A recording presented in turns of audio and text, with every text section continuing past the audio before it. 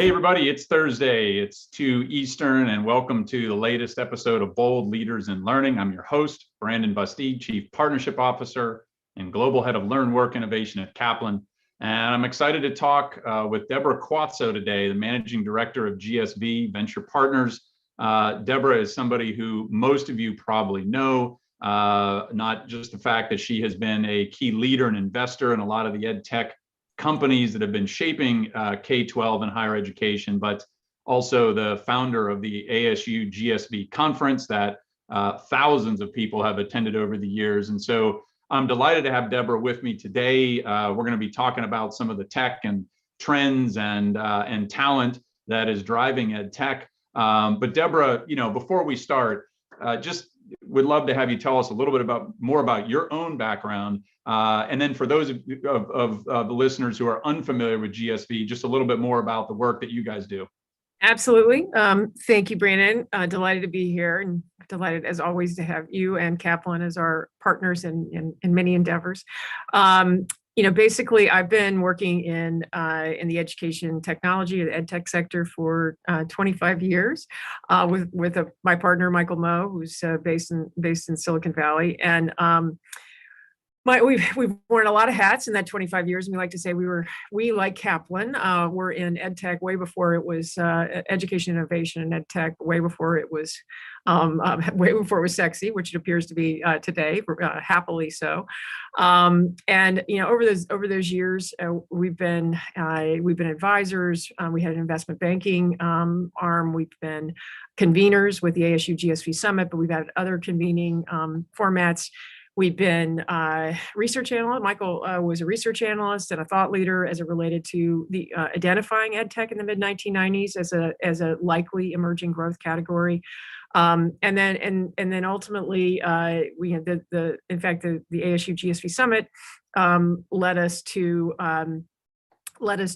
becoming an institutional venture investor. Became a pretty active angel investor around 2010 when the summit began to ramp, and when we began to see some really great entrepreneurs popping into the category for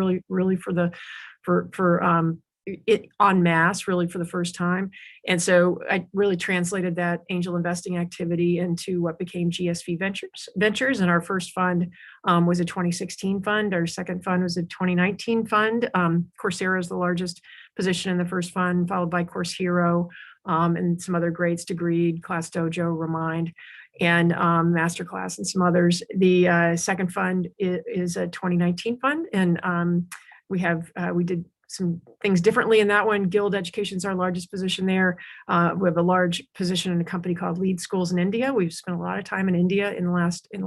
We've been building that for a number of years through the summit, but spent a whole lot of time on Zoom in India over the last 12 months, or 14 months, or however long we've all been trapped here, and including the recent months, which have been so difficult, so very tragically difficult in that market. But so that's what we are. We are we view ourselves as a platform that has both the convening capability of the ASU-GSV Summit and some other events that convenings that we do in affiliation with that. And we've been very, very blessed to have partnered with Arizona State 12 years ago, at a time where it wasn't obvious to everybody in the world that they would become the juggernaut that they are today. But behind the brilliance of President Crow, it's been a great ride for us. So we're convener and a venture, a multi-venture fund, actually raising our third fund now, off that, but all EdTech all the time. Very unidimensional, as I like to say, don't find me at a cocktail party. I'll talk, all I can talk about is education, unless you really want to talk about that.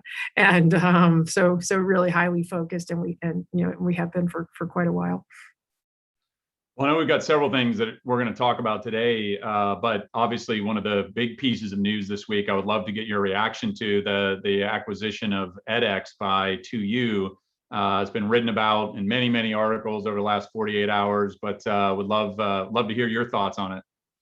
Yeah, I mean, I think it's an absolutely brilliant move on both parts, both edX and 2U. They had multi layers of partnerships between 2U and MIT and Harvard, the core owners and developers of edX, and so that was in place. So it must have been, I wasn't obviously part of it, but it must have been a very natural conversation given the existing partnerships. It's incredibly complementary. It drives, it gives a very attractive free. I mean, I love the new terminology, free to degree. It gives to you a new top of funnel, a free top of funnel from the edX 50 million or so free learners that were on the edX platform taking courses on edX. And for edX, it gives them a powerful engine of sustainability, and at the same time to help drive the model, monetize the model, so that it is long-term sustainable. And I think it's great for learners. It's obviously going to create, Coursera. As I said, Coursera is our largest holding in the first fund. Our first fund, we are big believers in the long-term potential for Coursera. Extraordinary team led by the amazing Jeff Maggiancalda. But this surely creates a competitor, a much more aggressive competitor for Coursera. I don't think that's bad. I think that's good. I think there's nothing like good competition to drive better outcomes for learners and for companies, and so I think it could be a catalyst for even further, more interesting transactions to be happening across this global EdTech space, because we are seeing interesting combinations happening. We certainly no longer sit in our parochial worlds of an American EdTech company and an Indian EdTech company and a European. So Kaplan's long been international, but the rest of EdTech hasn't been, and so I think it may be the harbinger of many interesting things to come. And it was an incredibly, not behind but I think it's incredibly sophisticated and nuanced and elegant structure to the combination that I think also makes it really a win-win-win for certainly the parties involved. Yeah, certainly a lot of kind of innovation behind it in terms of the transaction and things like that, and it'll be interesting to see how it unfolds on a number of different dimensions. So it's pretty interesting because actually, if you think about the Kaplan transaction with Purdue, right? I mean, it's pretty hard. I mean, it's in a public company and a transaction with a not-for-profit large public entity. It is Kaplan well known. I mean, there are the complexity and the nuances of combining the for-profit and not-for-profit is are myriad. But I think there's also just a lot of power in it, in the education sector in particular. I think we've always had this view of, why do we have labels? We should only care about delivering, what we call return on education, increasing access, lowering costs, and improving learning outcomes. And if we can do that, who cares what the corporate form is? But so it's really, really, really interesting. Yeah. And on top of that, Hall and IQ just reported first half investment in EdTech, record-breaking first half, a little over $10 billion invested in EdTech since January. Seems like that trajectory is going to continue through the rest of the year. Give me your take on it. I mean, this investing in EdTech has been growing considerably, right? It doesn't seem to be slowing down. If anything, it's been accelerating, right? Yeah, it's really, really. I mean, it's just so gratifying. I think so. If you think about it, for those of us who've been in the trenches for 25 years, if you've been there the full 25, you're too young for that. But it's a critically important category. When my partner Michael started writing about the category, massive chunk of GDP, incredible fragmentation, incredible dysfunction, little application of technology, and yet one of the most essential problems in the world that is going to determine the future, not only of individuals, but cities, countries, and the globe, whether people have adequate education and skills. And so the fact that the sector had not been properly capitalized forever really meant that we weren't delivering solutions that radically transformed learning and skilling. And so I think that the fact that we have this capital now, we are becoming a properly capitalized category. We are becoming and both, it's funny, we did a white paper for the Gates Foundation probably 10 years ago called The Fall of the Wall, just lamenting, what do we do to take the friction? Because there's so much friction in education, procurement, cost, devices, bandwidth, et cetera. There have been so many, layers and, lack of digital natives. There have been so many frictions over the years, but I think we are slowly but surely whacking back the frictions. And I think the pandemic greatly accelerated that. So now we're seeing, I think we're moving to a proper capitalization. I think the other part of but the flows have to go end to end. So you need to see money coming in early. You need to see money coming in, and you're certainly seeing money come in early. You're seeing money come in at growth. And then you need to see companies move out either in M&A transactions or going public. The going public part's always been a deficiency for the sector. And I think we're going to see that remedied this year and next year as well. So with, Duolingo filed, with Instructure filing again for their IPO, with Coursera now public, with Docebo public, more public, wider public. I think, and through year end, I would expect to see more entrance to the public market. That's also important. So because it just creates fluidity across capital markets that ensures that the whole thing is healthy, and that therefore we will continue to see people invest in the category early and in the middle and later stage private.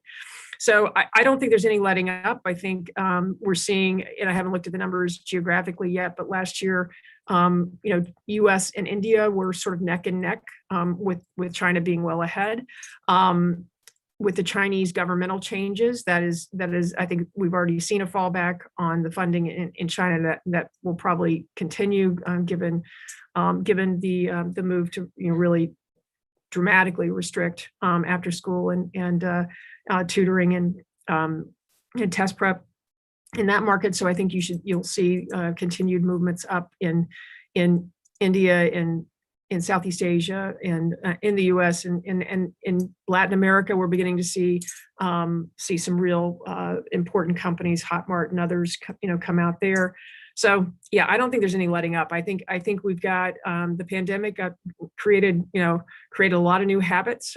People who might have been whether it's faculty or teachers or students or youthful students or not, or as we say, pre-K to gray, who might have had any kind of hesitation around learning online. That hesitation's gone. Your 3-year-old can get on Zoom, and so can your 90-year-old grandmother. And so the habit changes, I think, are material impact on friction, lowering friction. And I think maybe there's some companies that have declining volumes when we're all back to normal, which of course we're not yet. But I think in general we're going to see a continued movement forward on the scaling of businesses that are delivering digital learning and digital learning outcomes. Yeah, no, I certainly agree. I mean, a lot has changed and accelerated trends that were already moving in that direction. But it's interesting, a lot of the ed tech investment started early. I mean, obviously you guys were pioneers with it, mostly US based, right? There wasn't as much activity. Now, considerable international activity. And I'm curious on a couple points. One, if you look at the global growth trends, right, the middle class is growing, greatly outside of the US, right? The Yep. US is not really a population growth market, so it very quickly will become potentially a small market relative to the rest of the globe. And some of these ed tech companies that are outside the US, they have the advantage of different cost structures. Many of them are offering highly competitive things at lower cost. So what kind of threat is there from the global growth of international ed tech to US ed tech, or is that really not going to happen? Well, I see. I just think you can't look at it that way anymore. I mean, we're just, the world has gone flat. Ed tech is flat, right? So, what was 10 years ago a very parochial view of companies stuck in their own countries, Yeah. nobody's stuck in their own countries anymore. And so a number of the investments we've made in India are, company and when we go back into the U.S., pretty much all of our U.S. companies, U.S. domiciled companies EdTech as an export is one of our key themes. And almost all of our U.S. domiciled companies have very material user bases and increasingly revenues. I mean, to your point, you have to sort of follow GDP per capita. And as GDP per capita increases, then the buyers become stronger. But it's fascinating. I mean, we're seeing Eruditus, which is a wonderful, higher ed business based in India, incredible CEO, they have just acquired a K-12 company in the U.S., but they were also a very fierce competitor with 2U in the OPM business in the U.S. already. Very cost advantage back in infrastructure in India, but delivering service, very high quality services into U.S. and other developed markets where the payers can be larger. So I just think it's just about how do you move resources around? Where do you find the most cost advantage, highest quality back end, and then you can deliver it where it can be purchased. So I think all these businesses are going to thrive by figuring out what the best product market fit is geographically. So it's no longer an American product market fit. It's you still have language issues. I think China is the one market that's probably not going to have that phenomenon unless we see a big change there. Their market's so big they almost don't have to move out of it. And there are language issues, et cetera. But I think in general we're going to just continue to see import export of ed tech, and I think all to the advantage of global learners. It's a pretty great time to be someone who wants to be a consumer of learning or skilling online. Yeah, definitely. So the thesis on ed tech is generally wherever you are, the world is flat. Ed tech can transfer across borders. I mean, I certainly buy a big chunk of that premise. Let me ask you about U.S. degree prices versus equivalently ranked or caliber universities around the globe, which are considerably less expensive, right? So what's your view on U.S. higher ed, right? As the global market grows outside of the U.S., certainly there's still going to be strong interest for students who want to travel to the U.S. to study, physically be here in the U.S. as international students. But if you're an online student, you're looking at a degree price at a top-ranked U.S. university versus a top-ranked U.K. university, considerably less expensive outside the U.S. Are we going to see U.S. prices come down? Is that not going to be a factor? I'm just curious what your view is on that front. Yeah, well, you're probably in a better position to prognosticate on that one, Brandon. But I mean, it's so complicated. I mean, on the one hand, you had all the elite universities in the U.S. I mean, because of the change in the testing regimes for COVID, the dropping of required tests, Harvard, all the elite universities saw applications to the moon. I mean, what was Harvard's acceptance rate? Like 3.5% or 4%? It was crazy. So it really was tale of two cities, right? So I think I think there's going to be cost pressure. There was already cost pressure. I think certainly the universities in the middle were going to continue to be squeezed. I think the elites are going to be able to hold their own. I think the elite brands will hold their own everywhere. I mean, I think there's going to be really constructive pressure. I mean, I'm fascinated by things like Southern New Hampshire's joint venture with Seek called Avenue, which is going to market with online undergraduate degrees at very reasonable cost into Latin America and India, right? Where you need to be very sensitive to the price points in those to be able to drive volumes into those markets, which in contrast, the U.S. are growing like crazy and have incredible higher ed demand. I think obviously there are incredible disruptors here in the U.S. like Purdue Global with the former Kaplan business, or Southern New Hampshire, or Western Governors, or Arizona State.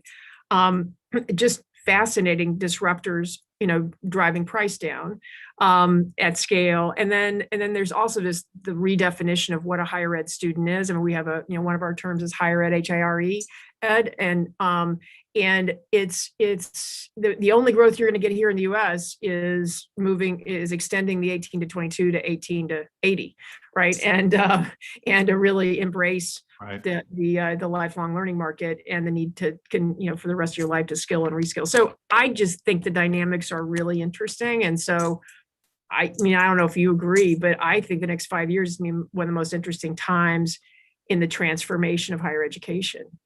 Yeah, there's no doubt. And I think there's several reasons why. We obviously, your point about the increased investment in the space and a lot of these, companies that, you and others invested in years ago that are now at full scale and, global operations and certain things like that. But, the pandemic, I think in general has just given everybody permission to think in new and different ways, right?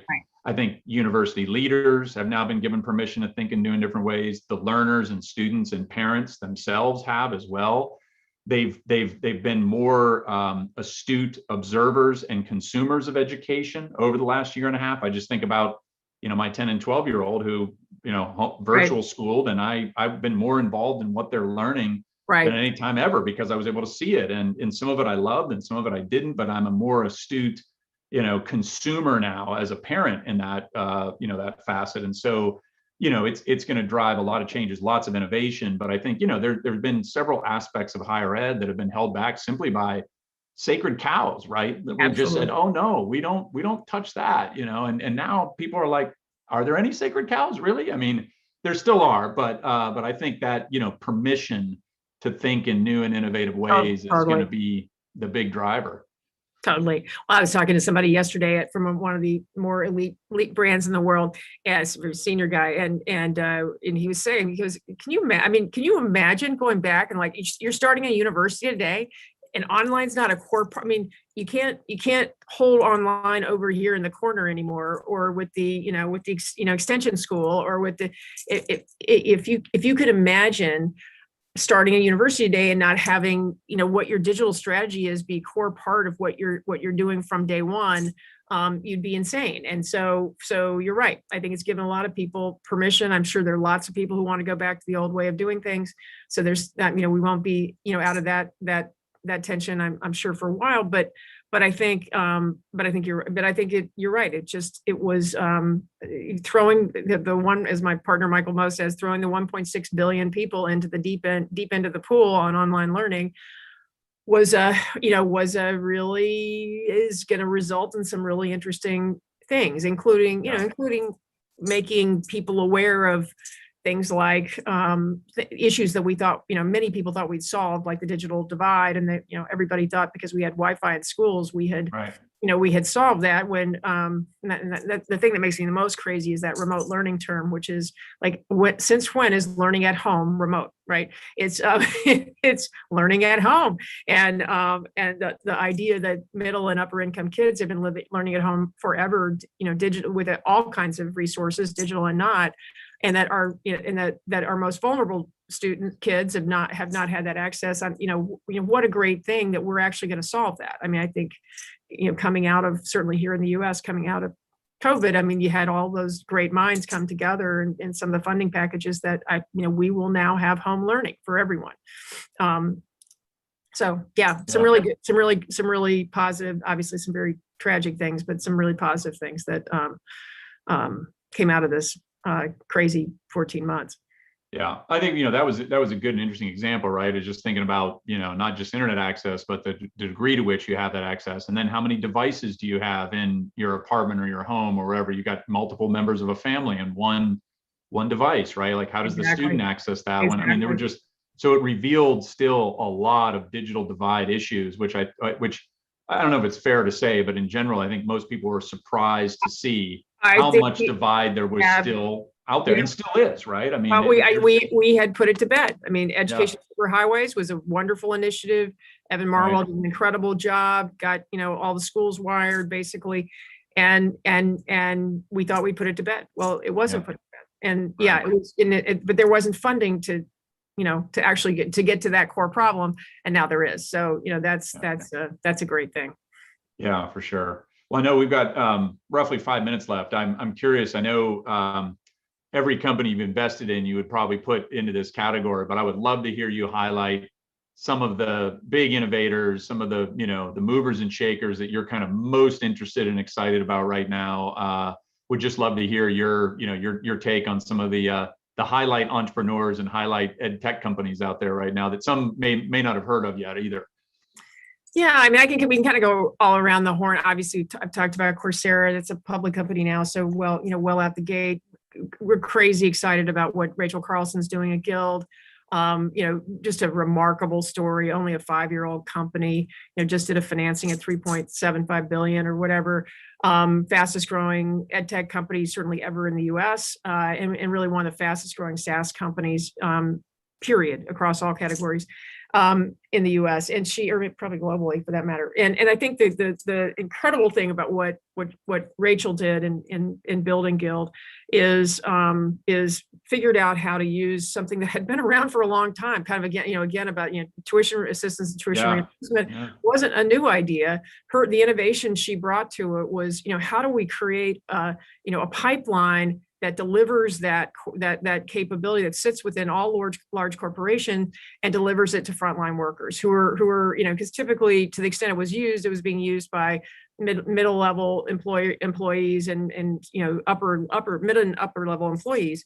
And in fact, the people who needed it the most were the frontline workers who didn't have a high school degree, didn't have a college degree, didn't have skilling, didn't have yada yada. So just love what is happening there, because it's so important from an impact perspective, and it represents another theme that we've had. I mean, it's obviously as education as a benefit is one of the pieces, but I think even more importantly, it's this concept that corporations have to become the fourth education system, because they are, and I think we've seen corporations in the last 24 months, with led by the Jamie Dimons of the world, embrace the concept that they are responsible for moving, the career, the social mobility of their employees, and the career mobility of their employees, and education is the essential lever for it. And so I think that's, that's both driven by job obsolescence as well as inheriting employees from downstream systems that aren't working. And so I think that is so exciting, and to take something that was sort of there and horribly underutilized and not applied in the kind of volume and impact that Guild is doing is incredibly exciting. So we are really excited about that. Quickly mention another pair of female founders. A company called Athena, founded by Roxanne Petraeus and Ann Solzman. Roxanne is amazing, a veteran of Afghanistan. Sorry, I might choke on it. And in addition to a Rhodes Scholar and every other accomplishment, but Ann and Roxanne went out to build a modern compliance learning system. So it is starting with anti-harassment, now moving into money laundering and a whole host of other compliance deliveries. But basically, they realized that corporate learning around these essential categories, which are compliance and important and require people actually changing behavior, was horribly dated, was not resonating with millennials, was not resonating with certainly anyone younger than that, Gen Z, et cetera. And so we were very fortunate to have led their seed round, and then we did a subsequent round. They've just raised a great A round with Felicis, and they're they've only been in the market a year, but they've got Zoom, they've got Zenefits, they've got Netflix is an incredible reference client for them, and the list goes on and on and on, because they just hit a nerve.